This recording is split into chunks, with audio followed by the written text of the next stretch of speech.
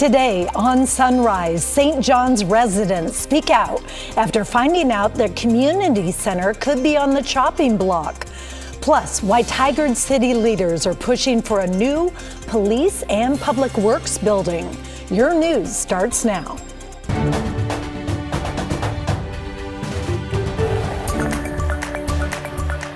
Good morning, and thanks for getting up with us as we kick off your Sunday. It is 6 a.m. I'm Libby Dowsett alongside Daisy Caballero, and we are wearing our green today. I know we are kind of twinsing. I would say we're pretty close, but again, I can't wear green. Yes. My defense, I cannot wear green because of the green screen. So this will do. This is my kind of green blue version. Yeah, it's so like you disappear on the green screen if you wear that same exact color. Exactly. All right, let's take you out to our satellite and radar where, of course, you can see some more lovely green, continuing the conversation.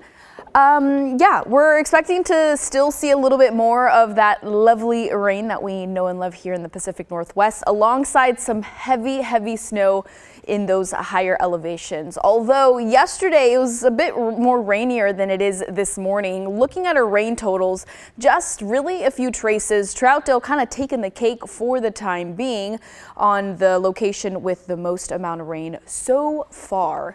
You can of course see also some low clouds. 44 degrees last check out at PDX. Those winds are calm and a temperature of 44 degrees. The rest of our current temperatures here, they are 37 for Forest Grove, 38. Good morning for Hillsborough, 40 degrees. For King City, 42. Down in Sherwood, a little bit warmer, and looking over east, 45 for Pendleton and 41 for Baker City. So we still have a lot more to talk about. Once again, that winter storm warning in effect for the Cascades. So we do have a weather impact alert day for the Cascades alongside parts of the valley. I'll tell you more about this and everything you need to know coming up in my full forecast. Libby, back to you. Thank you, Daisy. We are an hour and a half away from the Shamrock Half Marathon Run Fest. Of course, that means road closures this morning in Portland. They include parts of Nadeau Parkway and Southwest Barber Boulevard. TriMet also says to expect delays on both the Max Orange and Yellow lines and on some bus routes. You can find a full list of closures and detours at kgw.com. We begin this half hour with a neighborhood caught off guard. People in the St. John's neighborhood say they were shocked to find out their local community center could be on the chopping block. This comes as the city of Portland looks to dig out of a massive budget shortfall. Many residents voiced their concerns at a meeting last night. John Adams takes us there. Portland city leaders have spent the past few weeks painting a dire financial picture regarding the city budget. This week, City Administrator Michael Jordan proposed possible cuts to a handful of community centers to eat into the estimated $93 million shortfall, including one in St. John's. It's been a valuable part of the St. John's community. St. John's residents pushed back on the proposed closure this afternoon at a community event hosted by City Councilor Alana Purtle-Guinea. It's not solving the root cause of the problem. It's a temporary patch, and it's a lazy one. Bill Ryder says his family moved to St. John's because of the community center, which offers after-school and summer camp programs for kids.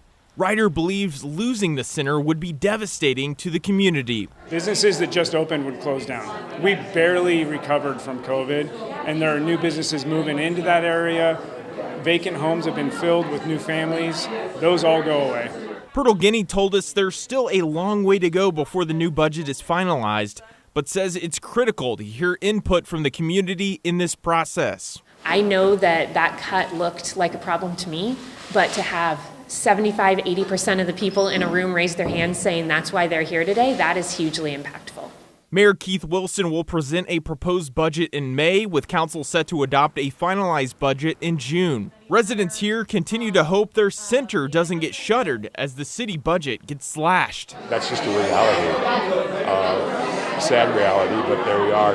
This is where we are today from actions of previous city councils.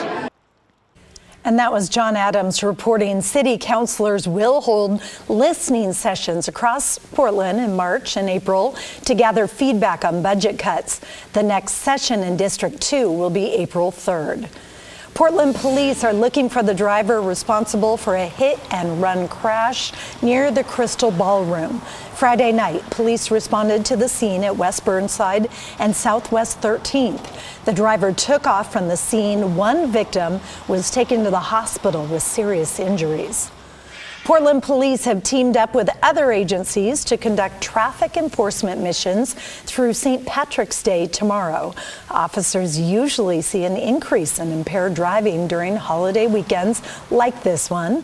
Friday night, they arrested 11 people, 7 of whom were impaired. Their hope is to reduce the number of deadly crashes. And the hardest part for me is the very end of the call out. It's when I have to go to the residence where the person lived and tell their loved ones that they're not coming home. And the sad thing about it is that these crashes are entirely preventable. There are multiple ways to get from point A to B safely, not just during this enforcement period, but any day of the year. This time last year, they gave out nearly 1,000 citations and made 75 arrests related to speeding, impaired driving, and distracted driving. Leaders with the police and public works departments in Tigard hope to get a new home in the next few years. Saturday, they held a public meeting at City Hall to break down their vision for a new building and why they say it's necessary. Celine Stevens takes us there. The project's never going to get cheaper. It just gets more expensive over time. Building a better Tigard. That's the campaign to build a safe, new, combined facility for both Tigard Police and the city's Public Works Department.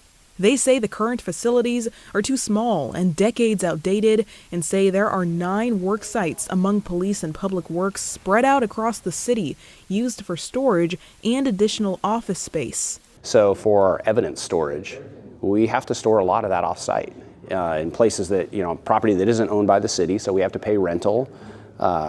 It's not ideal. It's not in our best interest, the community's best interest, for evidence to be stored in a location other than in the police facility. According to the campaign, the extra storage and office space have cost over $420,000 per year. Tigard Police Chief Jamie McDonald also says they are overcrowded in the space they are in, and says their current buildings are not earthquake-proof. We're concerned, like most of Oregon is, about a giant seismic event, the subduction zone earthquake.